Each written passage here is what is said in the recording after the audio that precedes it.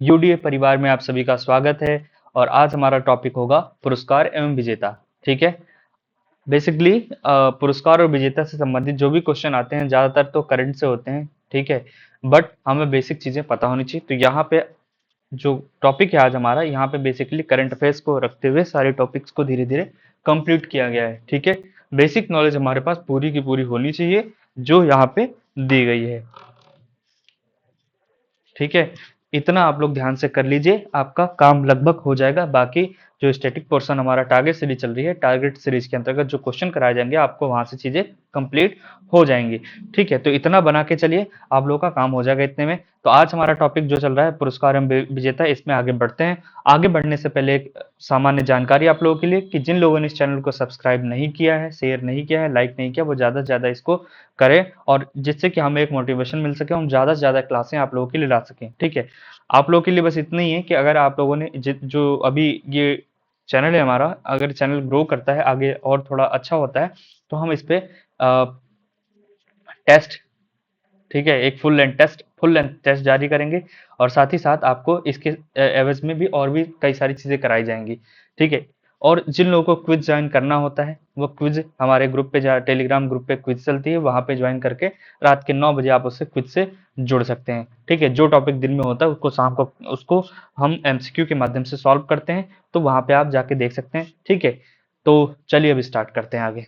तो आज का हमारा टॉपिक पुरस्कार एवं विजेता। देखिए, इसमें पढ़ने के लिए तो बहुत सारी चीजें हैं, बट हमारे लिए क्या है, एक सामान्य नोट्स ये है, इसको आप पढ़ सकते हैं। इतना कर लीजिए कि बेसिक नॉलेज इतना तो कम से कम भाई होना ही चाहिए। ठीक है। इतना होना चाहिए। इसके अलावा आपको जो भी मिल रहा है वैल्यू एडिशन आप जितना करना चाहें वो कर सकते हैं, उसके लिए कोई रोक नहीं है। बट इतना सफिशिएंट, इतना तो भाई कर ही लीजिए। ठीक है। इतने से आपका काम निपट सकता है। ठीक। तो चलिए, आज हम पहले राष्ट्रीय पुरस्कार देखेंगे। कुछ राष्ट्रीय पुरस्कार हैं जो हमारे एग्जाम पॉइंट ऑफ व्यू से इंपॉर्टेंट है। ठीक। करंट के बेस में, जैसे 60वां ज्ञानपीठ पुरस्कार किसके दिया गया, पुरस्कार आर बैरमुथु को तमिल साहित्य में उनके योगदान के लिए प्रदान किया गया। और 59वां ज्ञानपीठ किसको दिया गया था, विनोद कुमार शुक्ल को, जो कि छत्तीसगढ़ से संबंधित है, इनको दिया गया था। 60वां किसको दिया गया, बैरमुथु को, बैरमुथु, जो कि तमिल साहित्य से है, याद रखिएगा, तमिल साहित्य के लिए दिया गया, बैरमुथु को तमिल साहित्य के लिए 60वां ज्ञानपीठ। ठीक है। 59वां किसको दिया गया था, विनोद कुमार शुक्ल को, छत्तीसगढ़ से रिलेटेड साहित्य के लिए, हिंदी साहित्य के लिए दिया गया था इनको। और 71वां जो राष्ट्रीय फिल्म पुरस्कार है, उसमें सर्वश्रेष्ठ अभिनेता का पुरस्कार संयुक्त रूप से शाहरुख खान और विक्रांत मैसी को एक साथ मिला। किसको, 71वें राष्ट्रीय फिल्म पुरस्कार में शाहरुख खान और विक्रांत मैसी को एक साथ मिला। सर्वश्रेष्ठ अभिनेत्री का खिताब रागिनी मुखर्जी को दिया गया। सर्वश्रेष्ठ अभिनेता शाहरुख खान प्लस विक्रांत मैसी। ठीक है। वही जिनकी एक आया था, विक्रांत मैसी की एक आई थी क्या, 12th फेल जिनकी मूवी थी। ठीक। चलिए आगे बढ़ते हैं। हो सकता है मैं गलत हो सकता हूँ, Vikrant Massey I think 12th fail से ही रिलेटेड है। ठीक है। आप देख लीजिएगा। ठीक। उसके बाद रानी मुखर्जी को सर्वश्रेष्ठ अभिनेत्री का पुरस्कार दिया गया था। क्लियर है दैट यहाँ तक। चलिए आगे बढ़ते हैं। दादा साहब फाल्के पुरस्कार की अगर मैं बात करूं, तो दिग्गज अभिनेता जो मोहनलाल है, ये साउथ इंडस्ट्री से संबंधित, साउथ में दक्षिण भारत के से संबंधित हैं। ठीक। मोहनलाल को भारतीय सिनेमा में उनके आजीवन योगदान के लिए सम्मानित किया गया। दिग्गज अभिनेता किसको, मोहनलाल को।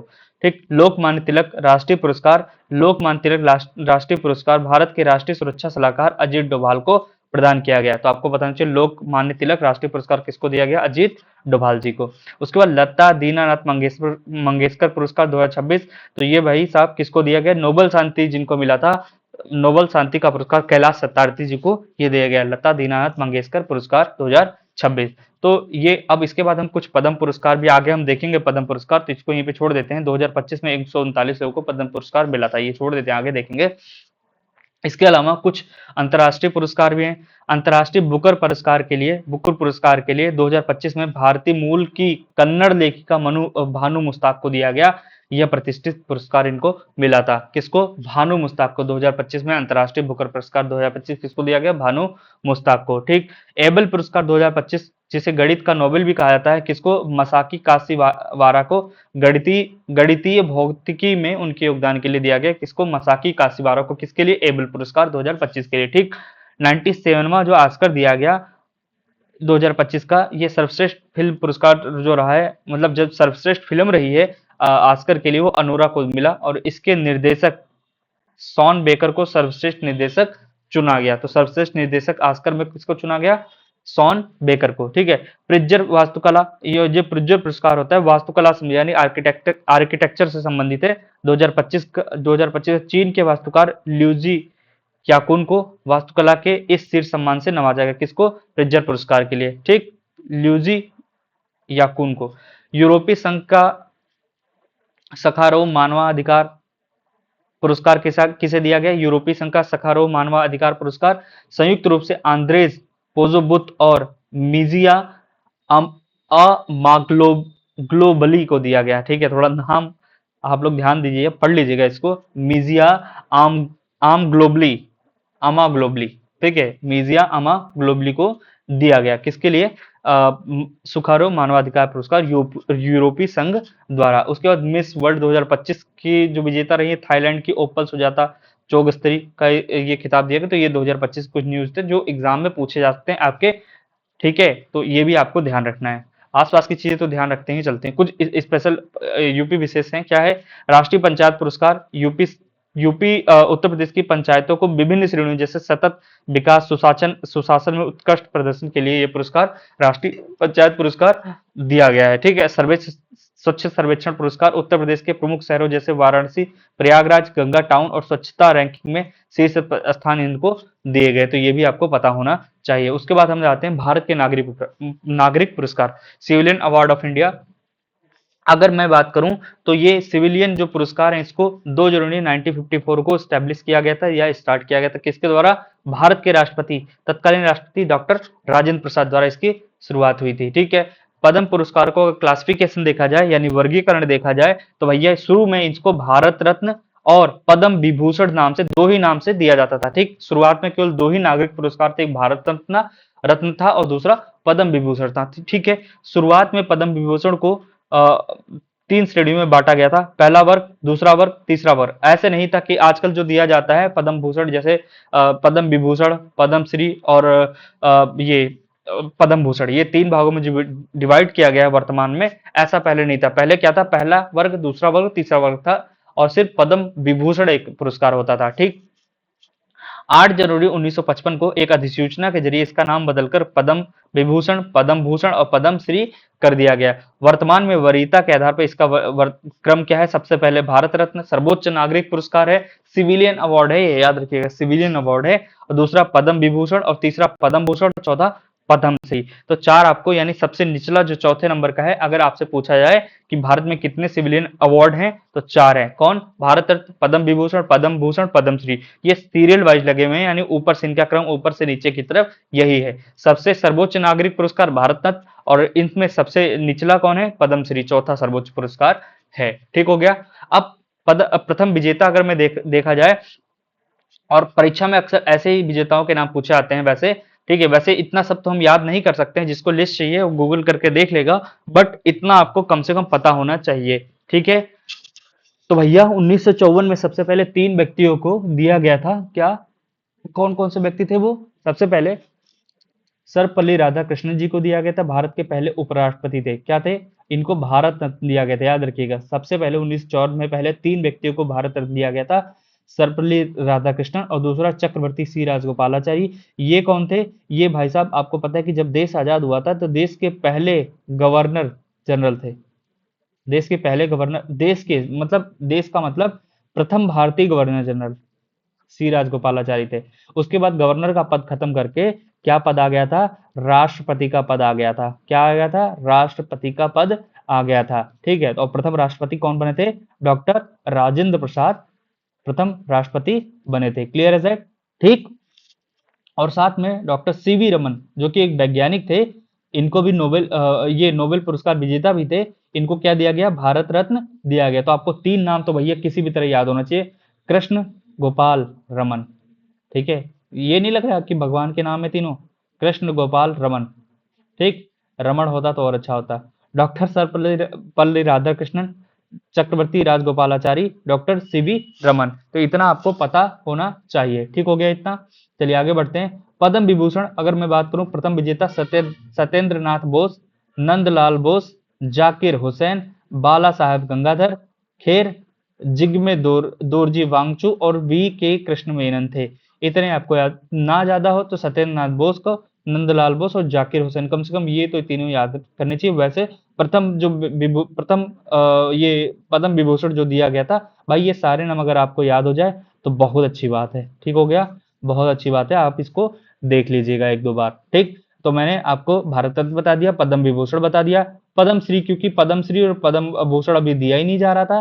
ठीक है, इसको कब से दिया गया, 1955 के बाद से ये सब 3 कैटेगरी में बढ़ गया था।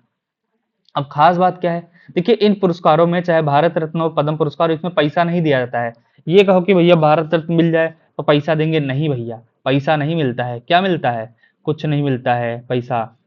ठीक है, नगद राशि नहीं दी जाती। इसके स्थान पर क्या करते हैं, राष्ट्रपति हस्ताक्षर वाला प्रमाण पत्र, ठीक है, और एक पदक मिलता है। ठीक, तो आपको पता हो गया कि भैया एक प्रमाण पत्र दे देंगे, सनद, और एक पदक दे देंगे, कौन, राष्ट्रपति जी।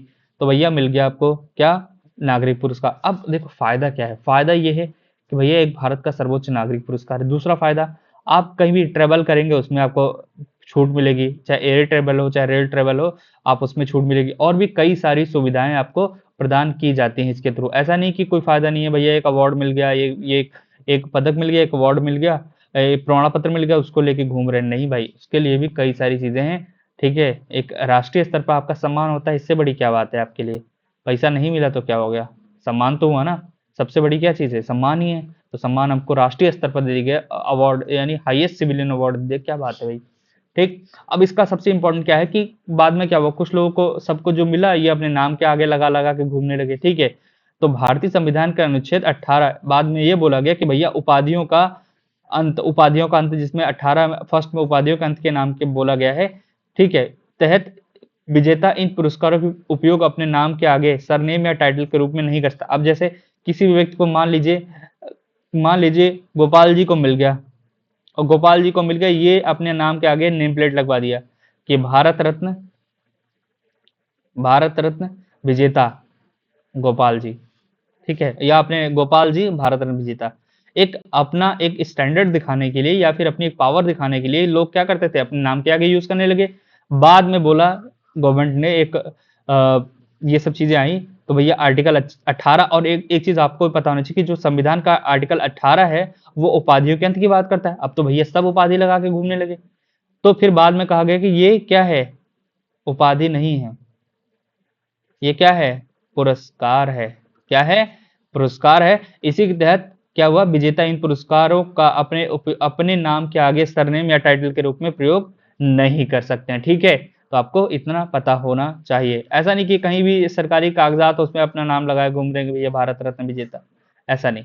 ठीक, तो आपको पता होना चाहिए। इसी के तहत बाद में कुछ केसेस वगैरह हुए थे, पुरस्कारों पर रोक लग गई थी। 2 बार इन पुरस्कारों को निलंबित कर दिया गया। पहला 1977 से 1980 के बीच में मोरारजी देसाई की जनता पार्टी सरकार के समय में। ठीक है, और दूसरा 1992 से 1997 के बीच कोर्ट में वैधानिक वैधता की चुनौती के कारण, कि भैया कुछ लोगों ने इसमें केस भी कर दिया ना कि हम क्यों नहीं लगाएं भाई, क्यों नहीं लगाएं, हमको मिला है तो हम तो लगाएंगे। ठीक है, तो इसी के तहत संवैधानिक वैधता की चुनौती के कारण इसको कुछ समय के लिए रोक दिया गया था। ठीक, अब क्या कुछ खास बात है, अभी वर्तमान में क्या होता है, सीधी सी बात है, पुरस्कार है ये। एक बाद में कहा कि भैया ये पुरस्कार है, इसको आप लगाइए, लेकिन ऐसा नहीं कि आप किसी गवर्नमेंट ऑफिशियल में उसमें आप लगा दो, नहीं, लोग लगाते हैं आज भी कि भारत इनको मिला। ठीक, लेकिन बहरहाल इस पे रोक है। अब अधिकतम सीमा क्या है, 1 साल में अधिकतम 3 लोगों को भारत रत्न दिया जाएगा। विशेष परिस्थितियों में 5 हो सकता है, जैसे कि 2024 में दिया गया था। विशेष परिस्थितियों में संख्या बढ़ाई जा सकती है। एक वर्ष में अधिकतम 3 लोगों को ही भारत रत्न दिया जा सकता है। वहीं एक वर्ष में दिए जाने वाले पद्म पुरस्कारों की संख्या, पद्म पुरस्कार, ठीक है, पद्म पुरस्कार जिसमें आपका तीनों पुरस्कार आ गए, पद्म से पद्म विभूषण, पद्म भूषण और पद्म श्री, तीनों पुरस्कार की संख्या 120 से अधिक नहीं होनी चाहिए। और मरणोपरांत और विदेशियों को छोड़कर इनको हटा दीजिए। बाकी इंडियंस हो, बाहर के व्यक्ति हो, उनमें से 120 से अधिक नहीं होने चाहिए। घोषणा, इन पुरस्कार की घोषणा प्रत्येक 26 जनवरी की गणतंत्र दिवस की पूर्व संध्या यानी 25 जनवरी को शाम को किया जाता है। ठीक हो गया, पूर्व संध्या को राष्ट्रपति का संदेश होता है, उस संदेश में ही ये सब चीजें बाद में आती हैं। भारत सरकार द्वारा प्रत्येक वर्ष गणतंत्र दिवस की पूर्व संध्या पर इन पुरस्कारों की घोषणा की जाती थी, आपको पता हो गया। वर्ष 2026 के लिए भारत रत्न की पुरस्कार की घोषणा नहीं हुई और ना ही 25 के लिए हुई थी।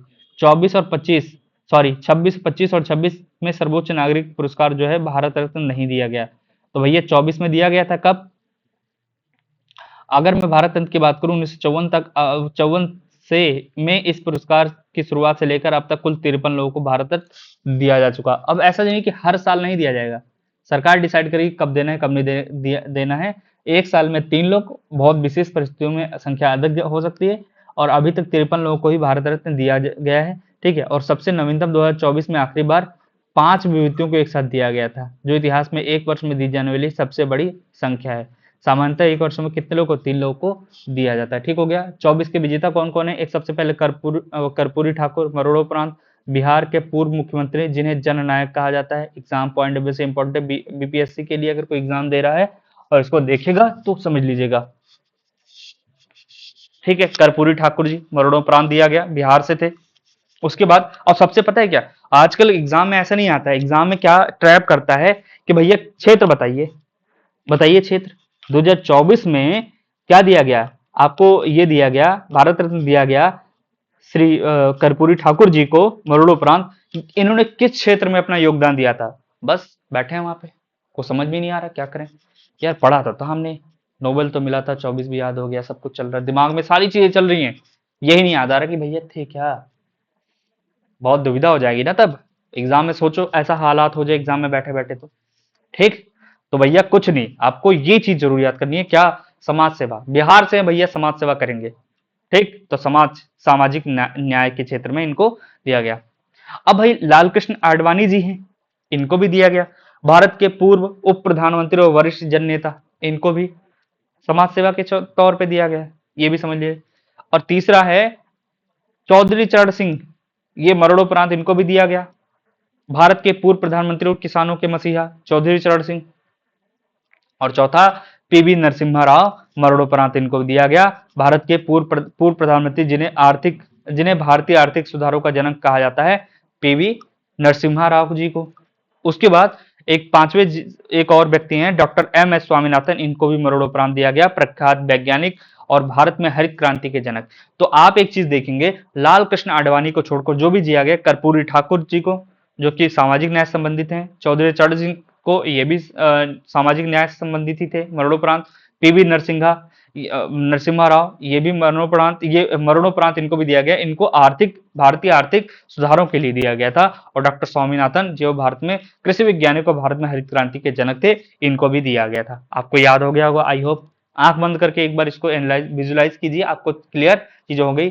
फिर एम एस स्वामीनाथन कृषि वैज्ञानिक को भारत में हरित क्रांति के लिए, पीवी नरसिम्हा राव को भारतीय आर्थिक सुधारों के लिए, मतलब ऐसे ही समझ लीजिए, सब कुछ समाज सेवा से ही संबंधित है। ठीक, किसको इसको मरणोपरांत दिया गया? सबको, एक को छोड़कर, लाल कृष्ण आडवाणी जी को। ठीक, उसके बाद क्विज पॉइंट यही है, रिवीजन क्विज पॉइंट है कि प्रथम विजेता 1954 सर्वपल्ली राधाकृष्ण राजगोपालाचारी और डॉक्टर सीवी ने हमने देख लिया है। पहले मरणोपरांत विजेता लाल बहादुर शास्त्री जी, पहली बार इनको मरणोपरांत दिया गया था, पहले व्यक्ति थे जिन्हें दिया गया 1966 में, लाल बहादुर शास्त्री जी को। गैर भारतीय विजेता खान अब्दुल गफ्फार खान और नेल्सन मंडेला को। कब? खान अब्दुल गफ्फार खान को सबसे पहले दिया गया था, कब? 1987 को। नेल्सन मंडेला उसके बाद दिया गया 1990 में, याद रखिएगा आप लोग। ठीक है, तो दोनों चीज। और सबसे युवा सचिन तेंदुलकर जी को 2014 में खेल के लिए। ठीक हो गया, चलिए इतना हो गया हमारा फटाफट का। अब उसके बाद पद्म पुरस्कार अगर देखा जाए तो 2026 में पद्म पुरस्कार, देखिए 2026 के लिए राष्ट्रपति द्रौपदी मुर्मू ने कुल 131 पद्म पुरस्कारों को मंजूरी दी। अभी हमने पढ़ा था 120 अधिकतम होने चाहिए, लेकिन विशेष परिस्थितियों में ऐसा आगे जा सकता है। ठीक, तो वही समझ लीजिए, 131 पद्म पुरस्कारों को मंजूरी दी गई। इसमें 5 पद्म विभूषण, 13 पद्म भूषण और 5 पद्मश्री शामिल हैं। सॉरी, 5 पद्म विभूषण, 13 पद्म भूषण और 113 पद्मश्री शामिल हैं, आपको याद होना चाहिए। देखिए, जितना उच्च रहेगा उतना कम दिया जाएगा। जैसे सिविलियन नागरिक अवार्ड में जो भारत रत्न सबसे बड़ा है तो कम लोगों को दिया जाता है। उसके बाद पद्म विभूषण है, वो देखो 5 लोगों को दिया गया। पद्म भूषण है, आपको 13 लोगों को दिया गया। पद्मश्री सबसे ज्यादा लोगों को दिया गया, सब लोग आओ इसी में। ठीक, पद्म विभूषण 5 विजेता आपको याद रखना है, पद्म विभूषण वाले, भारत का दूसरा सर्वोच्च नागरिक पुरस्कार है। 26 के लिए आपको धर्मेंद्र मरणोपरांत धर्मेंद्र जी को, ठीक है, मरणोपरांत दिया गया सिनेमा के लिए। केटी थॉमस लोक मामलों के लिए, केटी थॉमस को, और एन राजम को कला संगीत के लिए, P Narayan B S Achyutanand को लोक मामलों के लिए दिया गया। तो इतना आपको याद रखना है। पद्मश्री यूपी से संबंधित अगर कोई एग्जाम दे रहे हैं तो आपको 2-3 नाम याद रखने हैं, जैसे अनिल कुमार रस्तोगी को दिया गया भैया कला के क्षेत्र में, अशोक कुमार सिंह को दिया गया विज्ञान एवं इंजीनियरिंग में, बुद्ध रश्मि मणि को दिया गया पुरातत्व के लिए, चिरंजी लाल यादव को दिया कला के लिए, केवल कृष्ण ठकराल को दिया गया चिकित्सा के लिए, मंगला कपूर को साहित्य एवं शिक्षा के लिए, प्रवीण कुमार खेल के लिए दिया गया था। उत्तर प्रदेश विशेष 2026। ठीक, साहित्य के क्षेत्र में शीर्ष पुरस्कार, ठीक है, तो ज्ञान पुरस्कार ये सबसे इंपॉर्टेंट है, सबसे बड़ा है, सर्वोच्च साहित्यिक पुरस्कार है ज्ञानपीठ, ठीक है, जो संविधान की 8वीं अनुसूची में 22 भाषाओं और अंग्रेजी के लिए दिया जाता है, 22+1 के लिए दिया जाता है। 60वां ज्ञानपीठ पुरस्कार 2025-26 में तमिल हमने देखा था आर बैरामथु, और ये हमने देख लिया 59वां विनोद कुमार शुक्ल को मिला है। ऐतिहासिक फैक्ट क्या, इसकी स्थापना 1961 में हुई थी। पहला पुरस्कार 1965 में जी शंकर कुरूप को मलयालम में मिला था। इसमें 11 लाख रुपए, इसमें भैया पैसा मिलता है, देख लीजिए भैया, ज्ञान बढ़ाएंगे तो पैसा मिलेगा। कितना, 11 लाख। ज्ञानपीठ पुरस्कार 1961 से स्टार्ट हुआ था और 1965 में पहला दिया गया। ठीक, उसके बाद सरस्वती सम्मान, ये भैया 2025 का सरस्वती प्रख्यात बंगाली लेखक राम कुमार मुखोपाध्याय को उनकी उपन्यास हारा पार्वती कथा के लिए, हरा पार्वती कथा,